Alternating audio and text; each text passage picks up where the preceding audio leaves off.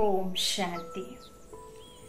जो भी भगवान हमें सुनाते हैं, ब्रह्मा तन का आधार लेकर हमें सतगुरु भगवान सत्य ज्ञान देते हैं। ज्ञान मुरली ब्रह्मा मुख के द्वारा हम सुनते, परमात्मा उनके मुख के द्वारा सुनाते, हमें शरीर के कर्मेंद्रियों के द्वारा अर्थात आत्मा सुनती।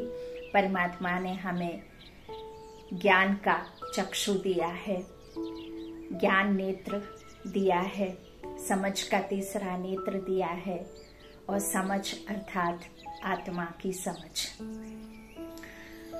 सत्य भगवान हमें सत्य दुनिया का मालिक बनाने के लिए यह ज्ञान मुरली और यह ज्ञान हमें देते हैं। भगवान का जो भी बच्चा है जिसने भगवान को पहचान लिया है, और भगवान उन बच्चों को वरदान देते हैं कि इस ड्रामा में जो कुछ होता है उसमें कल्याण समाया हुआ है। क्यों क्या का क्वेश्चन समझदार के अंदर उठ नहीं सकता। नुकसान में भी कल्याण समाया हुआ है। बाप का साथ और हाथ है तो अकल्याण हो नहीं सकता। ऐसे शान की सीट पर रहो तो कभी परेशान नहीं हो सकते। साक्षीपन की सीट परेशानी शब्द को समाप्त कर देती है।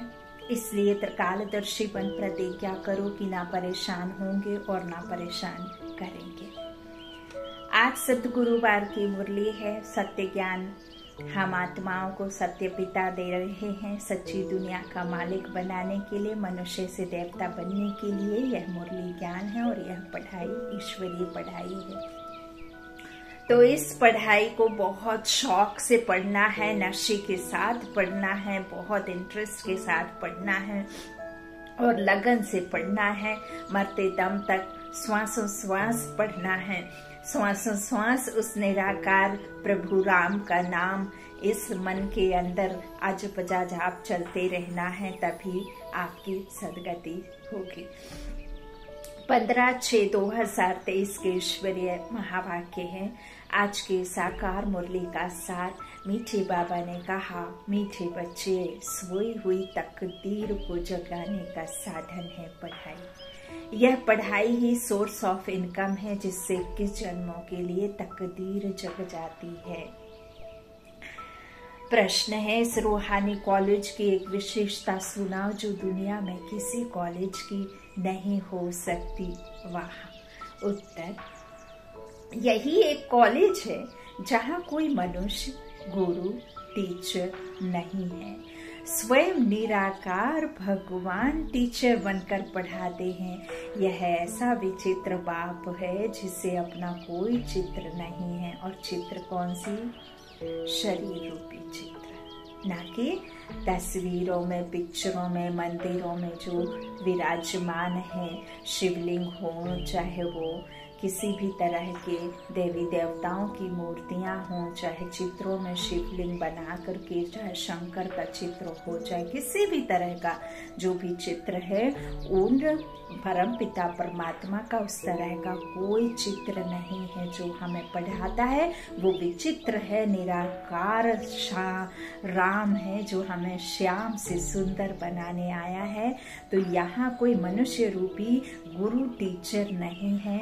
स्वयं निराकार भगवान बेहद का बाप टीचर बनकर पढ़ाते हैं। यह ऐसा विचित्र बाप है जिसे कोई अपना ये चित्र नहीं है। इस तरह का अपना कोई बाप बा टीचर नहीं, और पढ़ाई भी ऐसी पढ़ाते हैं। और उस पिता का कोई बाप या कोई टीचर नहीं है। उसके ऊपर कोई डायरेक्टर क्रिएटर नहीं है। हम सबके ऊपर डायरेक्टर क्रिएटर है, लेकिन उस परम पिता परमात्मा के ऊपर कोई डायरेक्टर क्रिएटर नहीं है। वो सबसे पहले यहाँ ब्रह्मा विष्णु शंकर को क्रिएट करते हैं और फिर उस ब्रह्मा के द्वारा नई ह्यूमैनिटी, मतलब ह्यूमन को, नई दुनिया को, मनुष्य रूपी नई सृष्टि की रचना ब्रह्मा को रच करके कराते हैं। करन करावन हार बाप, टीचर सतगुरु बाप बनकर संगम पर हमारी पालना। टीचर बनकर के हमें पढ़ाई पढ़ाते और सतगुरु बनकर हमारी सदगति कराते, सत्य मार्ग दिखाते और हमें सच्ची दुनिया में और मुक्ति जीवन मुक्ति दाता भी वही एक है। तो इस तरह की यह पढ़ाई है जहाँ हमें मनुष्य से देवता बनने के लिए पढ़ते हैं। तो जिससे 21 जन्मों के लिए क्या होती है, तकदीर जग जाती है। उस पढ़ाई से तो एक जन्म की ही तकदीर बनती है, इससे 21 जन्मों की बनती है। गीत है तकदीर जगा कर आई हूँ। ओम शांति। बाप बैठ बच्चों को समझाते हैं जो यहाँ तकदीर बनाने आए हैं, क्यों तकदीर को क्या हुआ है, तकदीर को क्या हुआ है जो तकदीर बनाने आए हो। तकदीर को लकीर लगी हुई है। भारत तकदीरवान था, भारतवासी देवी देवताएं थे, तकदीर जगी हुई थी। अभी भारतवासी नर्क के मालिक हैं तो तकदीर उझाई हुई है। यह कौन समझाते हैं, जो सभी की तकदीर बनाने वाला है, सबको दुखों से छुड़ाने वाला है, फिर सबको सुख देने वाला है। देखो, तभी तो उनको इतना महान कहा है ना। तो सबको दुख वही देता है, यह दुख धाम है। तो सुखदाता सुख धाम में थोड़ी आएगा, दुख धाम में ही आएगा, नरक में ही आएगा स्वर्ग की स्थापना कराने के लिए। स्वर्ग में कैसे आ सकते। भारत 5000 वर्ष पहले सुख धाम था, सबकी तकदीर जगी हुई थी। आत्मा कैसी थी, सोझरे में थी, बुझी हुई नहीं थी। वहां कोई वजीर मंत्री, कोई आपको अक्कल देने वाला नहीं होते। आत्मा के पास सब कुछ होता है। तो वहां पे इस तरह की कोई लौकिक में स्थूल में जेल नहीं होती जहां आप चोरी करते हैं, किसी का मर्डर कर देते हैं, कोई गलत काम करते हैं तो आपको जेल में डालना पड़े। वहां किसी तरह का कोई गलत काम नहीं होता जो आपको जेल जाना पड़े। वहां कोई किसी तरह की इस हॉस्पिटल नहीं होते हैं, क्योंकि कोई बीमार नहीं पड़ता है वहां पर जो हॉस्पिटल रहे। हॉस्पिटल तो वहां होती हैं जहां बीमार पड़ते हैं, और बीमार तो इस दुनिया में पड़ते हैं, पुरानी दुनिया में। नई दुनिया में कोई बीमारी नहीं होती है। वहां का पानी भी परमात्मा कहते हैं कि इतना मीठा होता है कि कोई शक्कर की आवश्यकता नहीं होती है वहां पे। फ्रूट्स इतने मीठे होते हैं, इतने लाजवाब होते हैं, इतने सतो प्रधान ना, 5 तत्व भी सतो प्रधान, सब कुछ सुख देने वाला होता है। फसलें इतनी अच्छी होती हैं। एक एक बच्चे के पास में, जितने में अभी मधुबन है उतना एक बच्चे के पास में रहेगा, बाबा कहते हैं। सोचो जरा, क्योंकि पूरा विश्व उन बच्चों का होगा, तो कितने ना जमीन होंगे उनके पास में। तो तकदीर जगी हुई थी कब, जब देवी देवता राज्य था। अब तकदीर सोई हुई है। सारे मनुष्य सृष्टि की तकदीर जगाने वाला जरूर बेहद का बाप ही होगा। बाप रचयिता है। अब तुम जानते हो भारत में सब मनुष्य सुखी थे। कौन से मनुष्य, ऐसे नहीं सतयुग में इतने सब मनुष्य थे। सतयुग में भी इतने सब मनुष्य हों तो फिर ये ड्रामा कुछ और ही हो। पहले पहले सतयुग में 9 लाख, यदि अभी की जनसंख्या के साथ में उसके कंपेयर करें तो माइनस में जाएगा, नील में जाएगा। करोड़ों में 9 लाख यदि आप गुणा भाग करते हैं तो माइनस में जाएगा। देवी देवता धर्म की शुरुआत थी कब, जब आदि सतयुग में। यह सब बातें समझाने वाला है ज्ञान का सागर, मनुष्य सृष्टि का बीज रूप बाप। बच्चों से पूछेंगे तुम्हारा बीज रचता कौन है, तो कहेंगे मम्मा बाबा ने हमको रचा है, क्योंकि सब माँ बाप से ही जन्म लेते हैं। बाप स्त्री को जन्म नहीं देता, वो दूसरे घर से अडॉप्ट करके लाते हैं, फिर पिता और माता बच्चों को रचते हैं। तो अडॉप्ट करता है कि तुम मेरी स्त्री हो, फिर उनसे बच्चे पैदा होते हैं, वह है क्रिएटर। स्त्री को अडॉप्ट किया, कन्या पराये घर की थी, उनको अपनी पत्नी बनाते हैं। फिर जब बच्चे पैदा होते हैं तो बच्चे उनको माता पिता कहते हैं, है ना, समझा। वह है हद के माता पिता। बाप कन्या की शादी कराते हैं। पहले कन्या पवित्र थी तो कितना मान होता है ना। उसको बैठ करके कन्या भोजन कराते हैं, पैर धो के पानी पीते हैं, उसे देवी देखते हैं। उसे क्यों देखते हैं? कन्या की पूजन क्यों होती है? और जब वो विवाहित हो जाती है तब क्यों नहीं उसे पूजते? तब क्यों उसके फिर नतमस्तक उसे ही होना पड़ता है? उसके सामने कोई नतमस्तक नहीं होता। क्यों ऐसा? क्योंकि जब कन्या रहती है, जब वो विकारों में नहीं गिरी हुई होती, और जब उसको विवाह कर दिया जाता है तो वो विकारों में चली जाती है, पतित बन जाती है। उसकी वजह से फिर उसे ही झुकना पड़ता है। जैसे मंदिरों में जो विराजमान मूर्तियां हैं वो होकर के गए, अभी चैतन्य आत्माएं उसमें नहीं है। वो पूर्वज आत्माएं जिनके जड़ चित्र यादगार देवी देवताओं के हैं, जो हमसो देवता, हमसो पूजे, हमसो पुजारी बने। अब हम ही आत्माएं पूजे से पुजारी बने और हम उन मूर्तियों के सामने मांगना शुरू कर रहे हैं, जबकि वो हम ही हैं, पूर्वज होकर जो गए हैं। उनके जड़ चित्र यादगार में हैं। उनके सामने क्यों झुकते हैं? उनके क्यों नतमस्तक होते हैं? क्यों हम कहते हैं दुर्गा माँ है? फिर भले वो 100 वर्ष का आदमी भी हो तो भी उसे मंदिर में विराजमान यदि कोई मूर्ति दिखती है देवी की तो माँ कहता है, और एक 4 साल का बच्चा भी उसे माँ ही बुलाता है, क्योंकि वो पवित्र थे। निर्विकारी आत्माएं जिसमें कोई 5 भूतों का प्रवेश नहीं होता, एकदम प्योर आत्माएं होती हैं। इसीलिए वो मूर्तियां अपनी तरफ आपको खींचती हैं, कशिश होती है, उनमें पवित्रता होती है।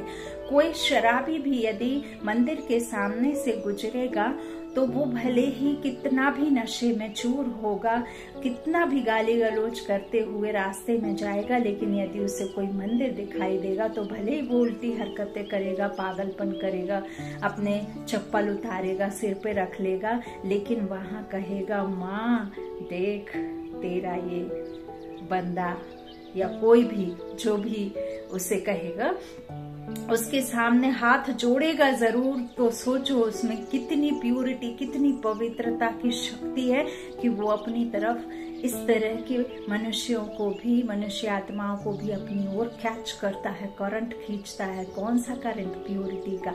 इसी तरह से परमात्मा कहते हैं कि कन्या शादी के पहले पवित्र होती है, इसीलिए उसका मान होता है। शादी कराते हैं तो क्या होता है? विकारों में गिरने की वजह से फिर वह मान नहीं रहता। कहते हैं कन्या, पहले शादी के पहले क्या कहते हैं उसे? कन्या, है ना। तो शादी हुई फिर पतित बन जाती है। कन्या वह जो 21 कुल का उद्धार करे। अब यहाँ जो परमपिता परमात्मा ने जिन माताओं बहनों पर कलश रखा है और जो कुंवारी हैं, ब्रह्म कुमारियां, उनके द्वारा जो ज्ञान निमित्त आत्माओं के द्वारा परमात्मा का ज्ञान ये कन्याएं दे रही हैं, ब्रह्म कुमारियां, उस ज्ञान के द्वारा 21 जन्मों के सुख की प्राप्ति होती है। देखिए परमात्मा घर घर जाकर के यह पढ़ाई पढ़ा नहीं सकते हैं, इसीलिए परमात्मा ने, शिव बाबा ने ब्रह्मा तन का मुख का आधार लेकर के अपने बच्चों को इकट्ठा किया है। ज्ञान नदियां, इंद्र कहते हैं ना, इंद्र सभा, तो वो बादलों से पानी गिरने वाली सभा की बात नहीं है कि यज्ञ आदि करोगे तो ऊपर से वर्षा होगी। यदि फसलों के लिए आप यज्ञ करके बारिश को गिराते हैं तो वो फसलों की बात यहाँ नहीं होती। बेहद में परमात्मा ने आत्मा की जो ज्योति बुझ गई, जो आत्मा रूपी फसल एकदम कैसी हो गई है, उसमें शक्ति नहीं बची ना, कुछ भी शक्ति नहीं है ना। तो जो आत्मबल खत्म हो गया है, जो असली समझदारी हो गई है, जो हम इस आंखों से देख रहे हैं सिर्फ उसमें ही समझ उलझ कर रह गई है, भटकना रह गए है इस विश्व वैतरणी नदी में, इस धन माया के पीछे, इस संसार के पीछे जो भाग कर रहे हैं ना, उसको परमात्मा कहते हैं वो तुम्हारा नहीं। जब आपकी ये देह ही धोखेबाज है तो आप और किससे उम्मीद लगा सकते हैं? तो परमात्मा कहते हैं तुम अविनाशी आत्मा हो, इमॉर्टल, है ना। तो बाबा इस तरह से कहते हैं कि जो ये कन्या है वो क्या करेंगी? सतयुग और त्रेता के लिए आपका उद्धार मूर्त बनेगी, क्योंकि उसके ज्ञान के द्वारा, एक के ज्ञान के द्वारा, लेकिन अनेकों के द्वारा ज्ञान है, लेकिन है एक के द्वारा। तो फिर उस ज्ञान को जो जो धारण करेगा, स्वरूप बनेगा, दैवत्व धारण करेगा, धारणा करेगा, तो वो 21 कुल का उद्धार करते हैं, उनका भी होगा ना। तो अब बाप बैठ समझाते हैं कि यह जो ब्रह्म कुमारियां हैं, यह इस समय भारतवासियों का 21 जन्म के लिए उद्धार करती हैं। यह सब कुमारियां हैं, भल शादी की हुई है, लेकिन ब्रह्मा कुमार कुमारियां बने तो भाई बहन हो गए ना। एक पिता की संतान आपस में भाई बहन, तो काम कटारी चला नहीं सकते। पवित्रता का मान तो है ना, सन्यासी पवित्र बनते हैं, उनका भी मान है ना। भारत में पवित्रता थी तो भारत सदा सुखी था, संपूर्ण निर्विकारी था। मंदिरों में जाकर गाते हैं आप सर्वगुण संपन्न, तुम्हारा वास्तव में हिंदू धर्म नहीं है। हिंदुस्तान तो रहने का स्थान है, यूरोप में रहने वालों का धर्म यूरोपियन थोड़ी कहेंगे, धर्म तो क्रिश्चियन है। हिंदुस्तान में रहने वालों का धर्म हिंदू नहीं है, धर्म तो और होना चाहिए। बाप समझाते हैं जो देवी देवता धर्म वाले थे वही अपने को हिंदू कहलाते हैं, क्योंकि अपने धर्म को भूल गए हैं। हिंदू कोई आदि सनातन धर्म नहीं है। क्रिश्चियन लोग क्राइस्ट को मानते हैं क्योंकि उन्होंने क्रिश्चियन धर्म स्थापन किया।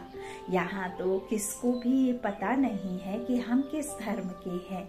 कोई सिख धर्म वाला होगा तो बताएगा कि हम सिख धर्म का हूँ।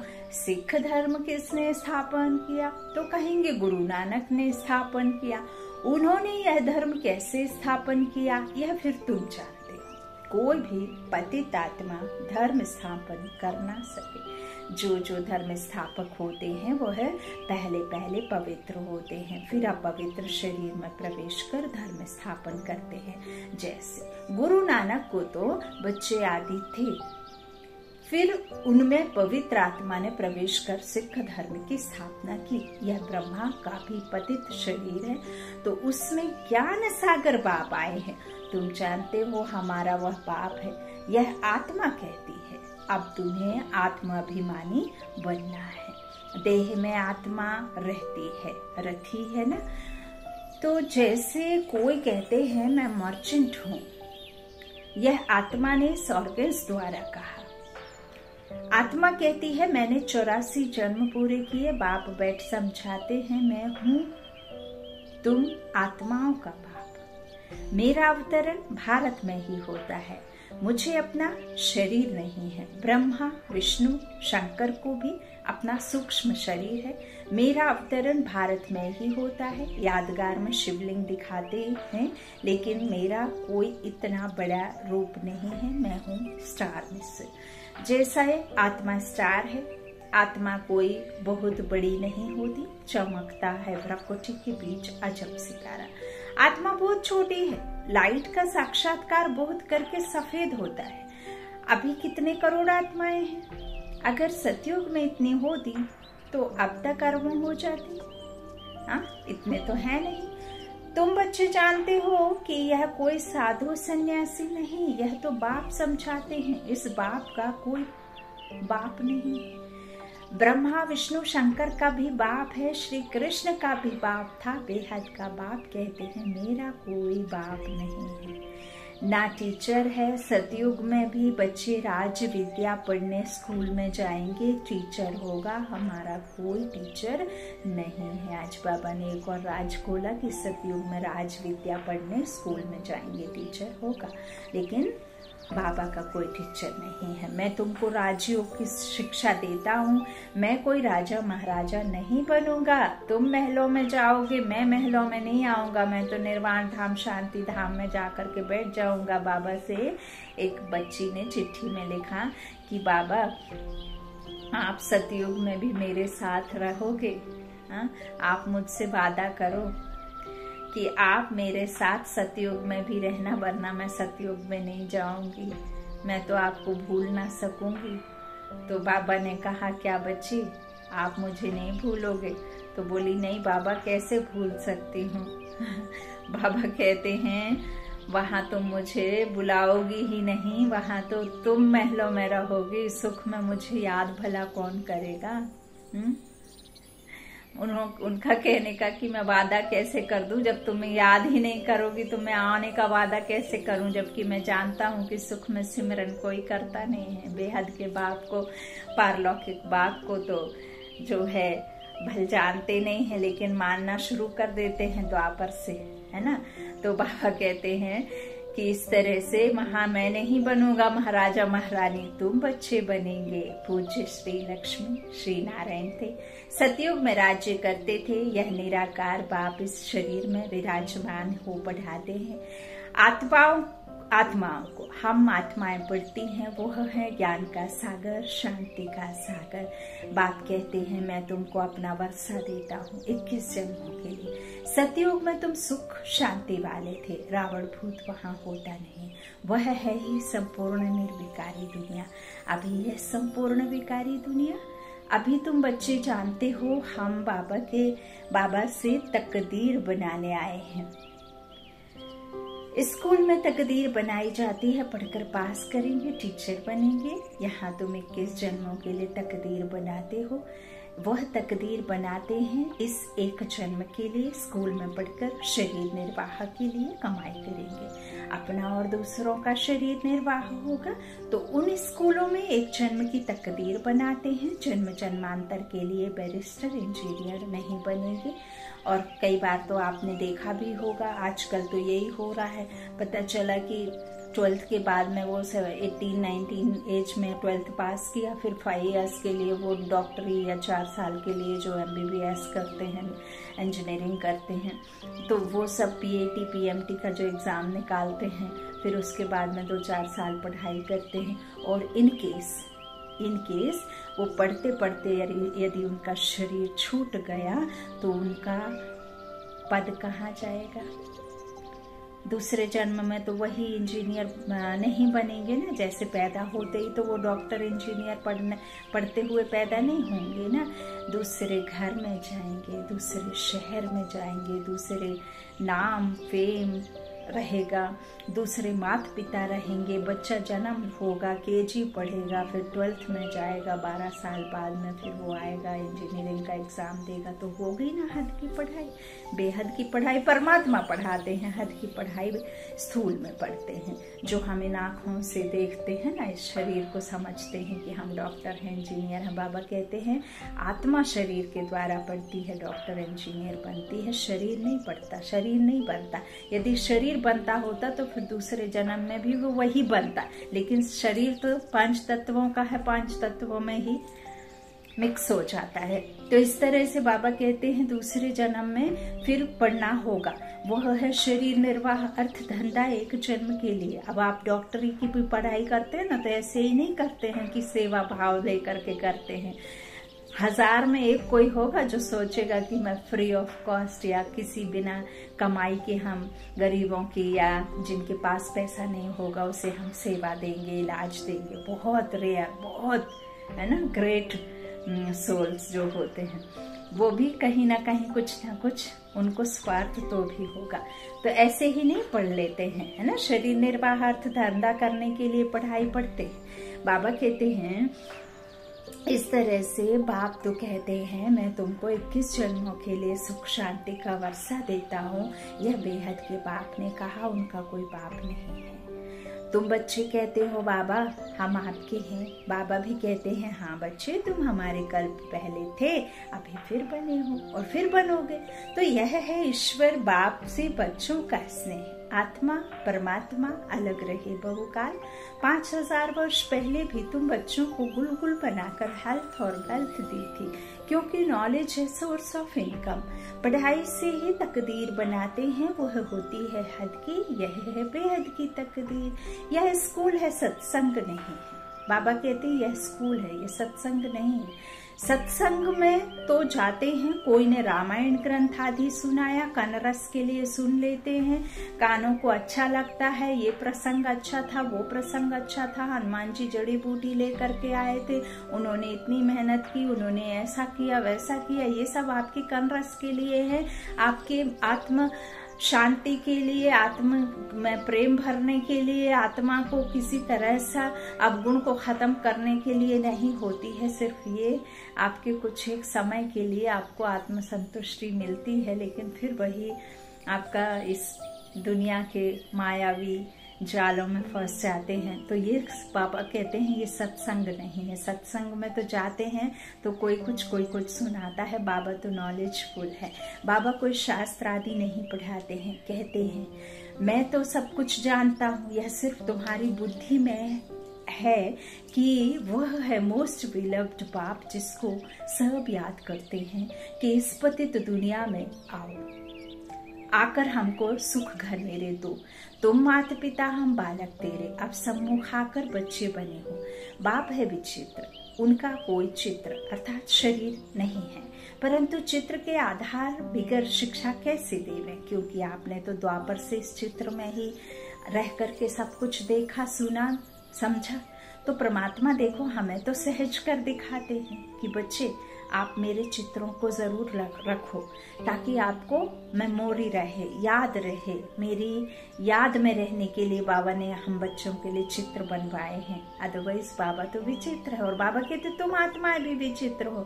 जब आपको यह अनुभव हो जाए कि मैं आत्मा हूँ, मैं परमात्मा की संतान हूँ, जब आप हर पल इस प्रैक्टिस में रहेंगे तो आपको कोई चित्र की दरकार नहीं होगी। आप अपनों को कभी भी फोटो रख करके याद करते हो? नहीं करते हो ना, तो फिर उस विचित्र बाप को क्यों फोटो रख के याद करते?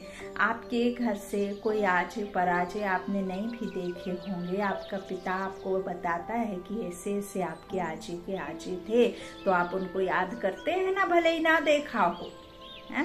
तो इस विचित्र परमात्मा को भी ऐसे ही याद करना है।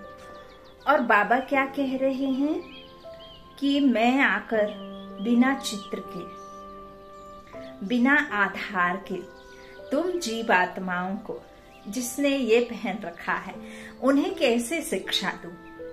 यदि मैं मच्छी में आ जाता हूँ, यदि मैं मगरमच्छ में आ जाता हूँ और तुम नदी के किनारे मगरमच्छ के पास खड़े होके उसको देख करके ये बेहद के ड्रामा को समझ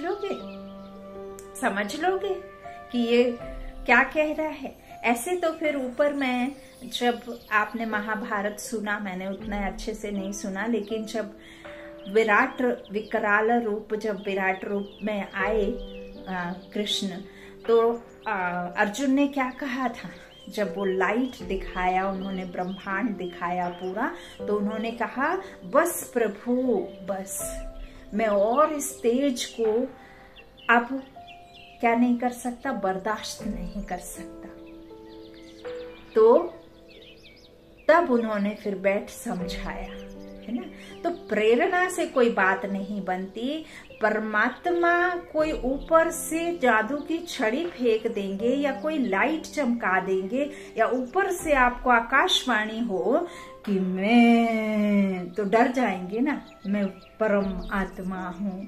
तो वो तो पहली बात बिना शरीर के बोल ही नहीं सकते, और कोई बिजली चमक जाए तो आप डर के भागेंगे, जान बचाएंगे, ना कि इस बेहद के ज्ञान को समझेंगे। बहुत गुहा राज है। बाबा कहते हैं मैं इस शरीर का आधार लिए बिना तुमको ज्ञान शिक्षा नहीं दे सकता, इसलिए मैंने ये शरीर लिया है, इन द्वारा तुमको पढ़ाता हूँ। तुम जानते हो हमको कोई मनुष्य गुरु टीचर नहीं पढ़ाते हैं। लिखा हुआ है भगवान वाच, वह है निराकार ब्रह्मा देवताए नमः, है ना। बाबा कहते हैं मैं कौन हूँ? निराकार। और ब्रह्मा देवताए नमः, विष्णु देवताए नमः कहा जाता है। ब्रह्मा भगवान नहीं कहेंगे क्योंकि वह है सूक्ष्म वतनवासी, देवताएं हैं रचना, उनसे कोई वर्षा नहीं मिल सकता। तो फिर मनुष्य को कैसे वर्षा दे सकते हैं? तो इन बातों को कोई समझ ना सके, यह है गॉड फादरली कॉलेज। भगवान पढ़ाते हैं बच्चे, मैं तुमको मनुष्य से देवता बनाता हूँ, ऐसे और कोई कह ना सके। सन्यासी हैं ही निवृत्ति मार्ग के। सतयुग में तो प्रवृत्ति मार्ग में पवित्र देवी देवताएं थे। अब मैं फिर आया हूँ पतितों को पावन बनाने, जितना याद करेंगे उतना विकर्म विनाश होंगे। आत्मा ही पतित होती है, जैसे सोने में खाद पड़ती है फिर जेवर खाद वाला बनता है, आत्मा में भी खाद पड़ती है तो आयरनेज बन जाती है, आयरनेज्ड बन जाती है तो फिर देखो ये हालत हो जाती है। अब अभी तमो प्रधान है, फिर तुम आत्मा सुंदर बनेगी तो शरीर भी सुंदर मिलेगा। सतयुग में तुम गोरे अर्थात सुंदर थे, अर्थात विकारों से बिल्कुल मुक्त थे, तो फिर 84 जन्म लेते लेते श्याम अर्थात सांवरे बने हो, इसलिए कृष्ण को श्याम सुंदर कहते हैं। एक की तो बात नहीं है, सारी राजधानी गोरी सुंदर थे, अब श्याम बन गई है। आत्मा और शरीर दोनों ही रोगी बन गए हैं। तुम जानते हो हम सो पूज्य देवता देवी देवता थे, माया ने पूज्य से पुजारी बनाया है। देवी देवता धर्म वाले धर्म भ्रष्ट कर्म भ्रष्ट हो गए हैं। देवताओं के आगे जाकर कहते हैं हम नीच पापी हैं, हमारे में कोई गुण नहीं है, हम कंगाल दुखी हैं। भारत में देवी देवताओं का राज्य था, भारत सिरताज था, अब तो प्रजा का प्रजा पर राज्य है। बाप को जानते नहीं, यह तो जानते हो इस पुरानी दुनिया का विनाश होना है। माया आई है, अब देखो कितनी अधिक आई है सब में। तो गाया जाता है विनाश काले विपरीत बुद्धि, किसकी? यादवों और कौरवों की, जो बाप को नहीं जानते हैं। भगवान वाच, तुम्हारी तकदीर जो डूबी हुई है वह अभी जग चुकी है। तकदीर बन जाने की यह पढ़ाई है। स्वर्ग का मालिक तो स्वर्ग की स्थापना करने वाला ही बनाएगा। स्वर्ग की स्थापना करने वाला है हेवनली गॉडफादर। नरकवासी माया बनाती है। तुम गाते भी हो दुख में सिमरन सब करे, सुख में करे ना हो। भक्ति शुरू होती है द्वापर से। भक्ति का फल देने वाला कौन है? भगवान। भगवान को आना पड़े। अब भगवान घर बैठे आए हैं भारत में, भारत उनका घर है ना। शिवरात्रि भी यहाँ मनाते हैं, मंदिर भी यहाँ बने हुए हैं। शिव बाबा तुम बच्चों को बैठ नॉलेज देते हैं, जिसको ज्ञान अमृत अथवा सोमरस भी कहते हैं। गोल्डन एज बनाने लिए नॉलेज देते हैं, तो नाम सोमनाथ पड़ा है। अभी तो भारत कितना कंगाल है। तुमको इस समय 3 पैर पृथ्वी के भी नहीं मिलते, कहाँ बैठ पढ़ते हो। यह तो बड़े हॉस्पिटल कम कॉलेज है, तुम मिड गेट हो।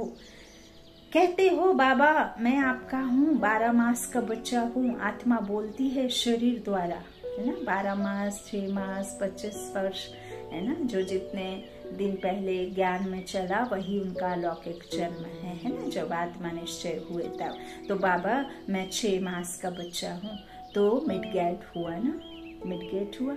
बोलता है मैं आपका बना हूँ। अच्छा, अब अच्छी रीति पढ़ो तो साथ ले जाऊंगा। सन्यासी ब्रह्म तत्व अथवा तत्व को याद करते हैं, बाप को छोड़ रहने के स्थान को याद करते हैं। समझते हैं कि ब्रह्म ही भगवान है, लेकिन यह उन्हों का मीठा भ्रम है। ब्रह्म तत्व जिसमें हम अशरीरी आत्माएं निवास करती हैं, उसको भगवान कैसे कहा जा सकता है? फिर कहते हैं हम ब्रह्म में लीन हो जाएंगे। आत्मा तो अविनाशी है, उनको पाठ बजाते ही रहना है। आत्मा बैठ ही नहीं सकती। अभी कोरोना में ही आप लोग बैठ गए थे, कैसा फील हो रहा था? हाँ, तो बाप अच्छी रीति बैठ समझाते हैं। यह दादा भी भल शास्त्र आदि पढ़े हुए थे, परंतु मुझे नहीं जानते थे। ब्रह्मा बाबा भल 12 गुरु, खूब शास्त्र पढ़ते थे, खूब रामायण महाभारत सब सुनते थे, गीता पाठ करते थे 3-3, 4-4, 6-6 बार, लेकिन परमात्मा को नहीं जानते थे। अब इनको भी सुनाता हूँ, इनकी आत्मा सुनती है। मैं इनके बाजू में आकर बैठता हूँ, ब्रकुटी के बगल में आकर के, कंबाइंड नहीं होते। तुमको पढ़ाता हूँ, यह भी सुनता है और इनके मुख से ही पढ़ाता हूँ। तुमको देही अभिमानी बनाता। दुनिया में कोई देही अभिमानी होते नहीं। तुम बच्चे बेहद के बाप से बेहद सुख का वर्षा ले रहे हो। 5000 वर्ष पहले मुआफिक सन्यासियों आदि को अपने शास्त्र ही बुद्धि में आएंगे। यहाँ कोई शास्त्र की बात नहीं। बाप को क्या याद आएगा? वह तो मालिक है। तुम याद करते हो बेहद के बाप को। प्रजापिता ब्रह्मा के तुम ब्रह्मा कुमार कुमारियां हो, दादे से वर्षा लेते हो। ब्रह्मा के तुम ब्रह्मा कुमार कुमारियां हो ना, तो फिर किससे वर्षा मिल रहा है? दादे का बाप के द्वारा, ब्रह्मा द्वारा। फादर है साकार, ग्रैंडफादर है निराकार। बहुत समझने की बात है। आपके पिता से आपको दादा का वर्षा मिलता है ना। यहाँ ब्रह्मा है साकार, ब्रह्मा बाबा फादर, और जो ग्रैंडफादर है वो निराकार शिव बाबा की आत्मा इनमें है। दोनों ही निराकार। यह साकार फादर भी है तो मदर भी है। इनसे तुमको अडॉप्ट करते हैं। कौन करते हैं? शिव बाबा। शिव बंसी बच्चे हुए ना। अच्छा, मीठे मीठे सिक्के लादे बच्चों प्रति माता पिता बाप दादा का याद प्यार और गुड मॉर्निंग। रूहानी बाप की रूहानी बच्चों को नमस्ते। हम रूहानी बच्चों के रूहानी माता पिता बाप दादा को याद प्यार और गुड मॉर्निंग। धारणा के लिए मुख्य सार। पहला बाबा ने कहा, पढ़ाई पर पूरा ध्यान देकर 21 जन्मों के लिए अपनी तकदीर बनानी है।